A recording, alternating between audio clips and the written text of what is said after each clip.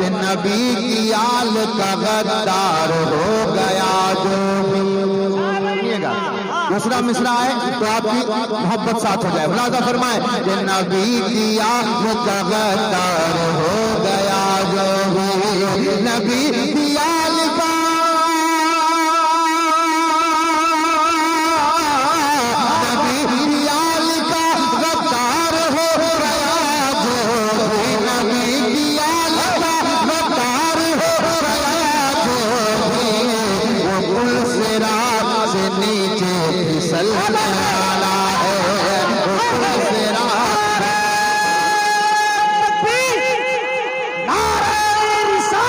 अमन के जमाने में हमने बिरादरी की जंग में अपने आप को फंसा दिया।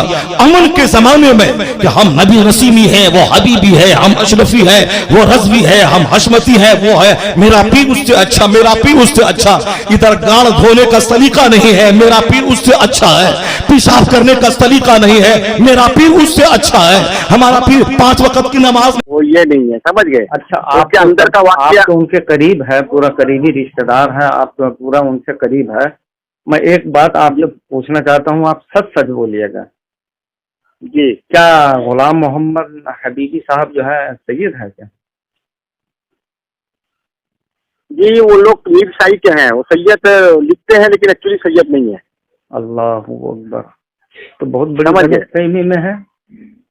वो उनका जो मेन घर है भद्रक, सुनिए मैं आपको बता रहा हूँ, जी, भद्रक का जो मीर शाही है, मीर शाही, आप देखिए मीर के नाम से वो बस्ती है, मीर शाही भद्रक भद्रक भद्रक। हाँ जी तो वो 4 भाई हैं, अजहर मियाँ, औशत मियाँ और आपका हुसैन मियाँ, जी। समझ गए। ये हुसैन मियाँ का लड़का है, समझ गए। अच्छा अच्छा। तो इसको मुजाहिद मिल्लत इसकी माँ को पाल लिए, लड़की करके पाले थे, इसको हाफिज बनाए, तो वो इनसे पढ़ने के बाद हम लोग मिलकर उसको गद्दी में बैठा दिए। अब वो तरह तरह का चीट कौन, हम लोग भी हराम खा, हम लोग को भी उंगली उठा रहा है, वो सब संपत्ति का झगड़ा है, समझ गए। जो अब्दुल वहीद मोल्क साहब की जो बीवी थी उसको खाने के लिए तरसा दिए, उसको बहुत जुल्म किए, वो बेचारी सहराजपुर में जाकर इंतकाल हुआ। बताओ, एक ईमान वाला, जब हम अपने ईमान में है, ईमान के लिए हम सबसे पहला है कि लोगों का खिदमत करें, खिदमत से खल्क आता है, अलामत समझ गए। खल्क होना चाहिए, हमदर्दी होना चाहिए, नबी के सुन्नत पर चलना चाहिए। तुम अपने जुल्म कर रहे हो तो तुम तो जो कर रहे हो तुम फिर वली कैसे बन जाते हो भाई? हजरत सुनिए, मैं इसलिए मैं सवाल आपसे पूछता हूँ कि मैं उनके मुरीद में से हूँ, और अक्सर हमारे घर में भी जो है अक्सर उनसे मुरीद है, और जी तमाम जो है हमारे अड़ोस पड़ोस बहुत सारे लोग जो है उनसे मुरीद है। तो यहाँ बात जो है छिड़ गई है, इसलिए मैं तमाम बातें पूछता हूँ। और मुझे यहाँ तक ये भी जो है, यहाँ तक कि मुझे ये भी जो है खबर मिली है कि कुछ उनके रिश्तेदारी वहाबियों से भी जो है मिले जुले। अभी तो उनका जो फजू भाई का भतीजा वहाबी घर से लड़की लाया, समझ गए। जाजपुर टाउन वहाबी घर से एक लड़की आई है, फजू का भतीजा लेके आया है, जो कि उनके कुंबे का मतलब रिश्तेदार का खास आदमी, समझ गए। जी जी। जो है आप एक मिनट, आपने हजरत मेरे को बताया कि आप सच सच बताइएगा, बोले जी। तो सच बताने के लिए वो हुजूर मुजाहिद मिल्लत का खून नहीं है, वो पाली बेटी का लड़का है, लेकिन हाफिज कुरान है, उसको बैठा दिए, समझ गए। और उसका छोटा भाई जो एक बैंक खोला था, चीट फंड में पैसा लेके फिरा रहे हैं, गुलाम अहमद, समझ गए, जो जालेश्वर में चिट फंड। हाँ, वो बरकाती के साथ। जी जी जी। ग्रीन राय बरकाती किया था और ये सनशाइन किया था, कई करोड़ों रुपए का घोटाला करके भाग गया, हजारों बार पुलिस रेड मार रहा है, समझ गए। तो खैर वो इसी टाइप के आदमी हैं, लोगों को गुमराह कर रहे हैं, उधर आपको तकरीर कर रहे हैं। अब ये बात ऐसा टाइप का है, लेकिन मैं एक बात बताता हूँ, ईमान दिखाएवाज नहीं है, ईमान का ताल्लुक दिल से, अल्लाह से लौ लगाओ, समझ गए। तो ये लोग अपने हैं, क्या बताऊंगे आपको, खिलाफ में बोलने को मेरे को अच्छा भी नहीं लगता, लेकिन वो हमारा रिश्तेदार है और हमारा खून नहीं है, ठीक है। तो और आले रसूल यहाँ बहुत फितना कर रहा है, जलेसर में, बंगाल में, बस लोगों को गुमराह करके पैसा कमा रहे हैं भाई, अल्लाह वालों को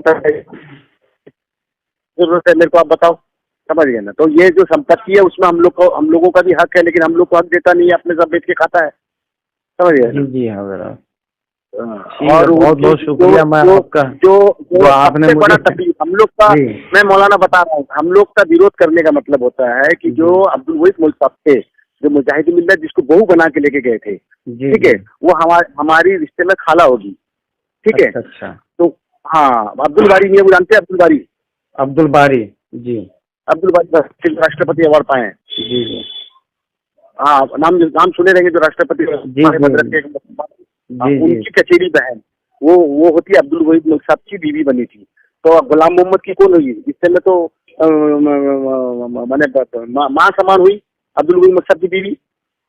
उसको ये खाने दिया नहीं, उसको खाली मतलब वो पागल हो गई, मैंने इतना टर्चर किया, पागल हो गई। और उसका इंतकाल हुआ कटक शहर में, जो पैराजपुर है गरमा, जहाँ पर गौसपा का खड़ाव शरीफ है, वहाँ पर हमारे रिश्तेदार हैं, वहाँ जाके बेटी के घर में इंतकाल हुआ। अच्छा, और ये हाँ जी। अच्छा, कमेटी के कुछ लोग जो है बैठे हैं, मैं उसी वजह से जो है आपसे मैं बात किया हूँ, सब लोगों के सामने फोन लगाया था। तो खैर मैं कुछ बातें अभी मैं यहीं तक जो है मैं बाद में आपको कॉल करूंगा। मैं बाप के एक हो, माँ के नेक हो, तुम असली सैयद को काफिर बताते हो। अबे तुम माँ के नेक, बाप के एक हो, तो तुम अपना नस्ल पेश करो, हम भी मान लेंगे कि तुम माँ के नेक और बाप के। जाली सैयद हो गए, असली सैयद पे उंगली उठाते हो। और याद रखो, असली सैयद के खिलाफ बोलने वाला वो हरामी नहीं बल्कि हरामी हुआ। सैयदों से पंगा मत लेना। बहुत खूब, सुभान अल्लाह। ये किसी औरत की औलाद नहीं, खातूने जन्नत की औलाद है। सुभान अल्लाह, सुभान अल्लाह।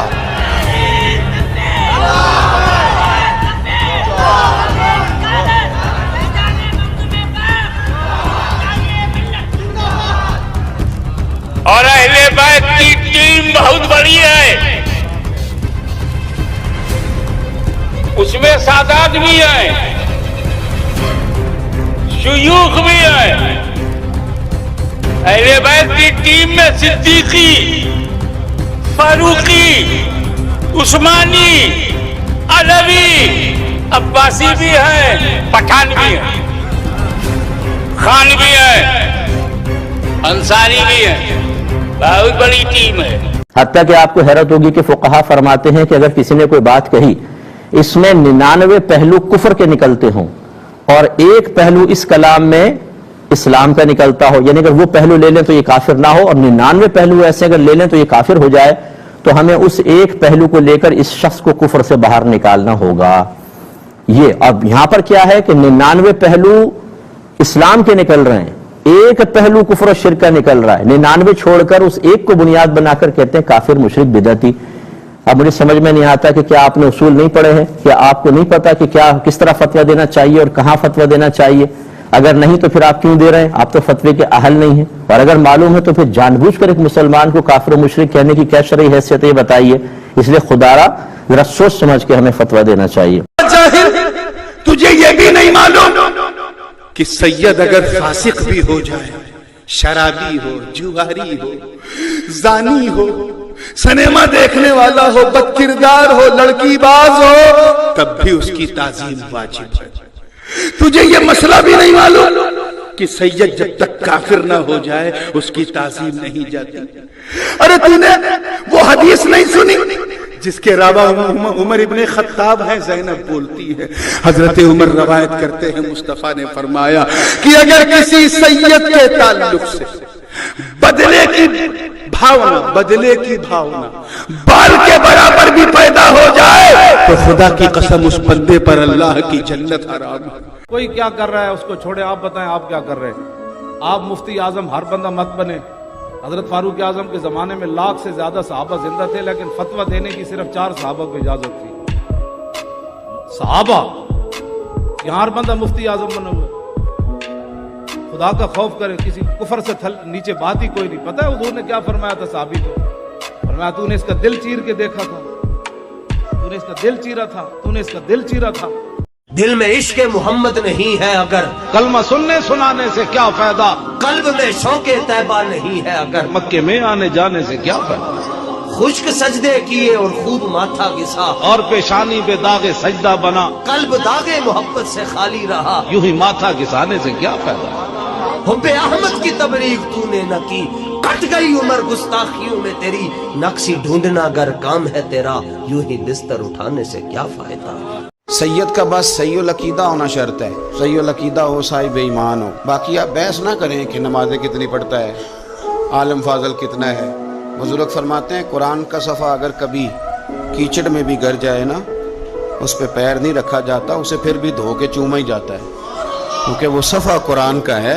फरमाते हैं तू सैयद पे बहस ना करके नेक कितना है और परहेजगार कितना है, करता क्या है, तू अपने अमाल पे गौर कर और ये समझ ये कोई आम नहीं, ये खून रसूल है। बाप के एक हो, माँ के नेक हो, तुम असली सैयद को काफिर बताते हो। अबे तुम माँ के नेक बाप के एक हो तो तुम अपना नसबनामा पेश करो, हम भी मान लेंगे कि तुम माँ के नेक और बाप जाली सैयद हो गए। असली सैयद पे उंगली उठा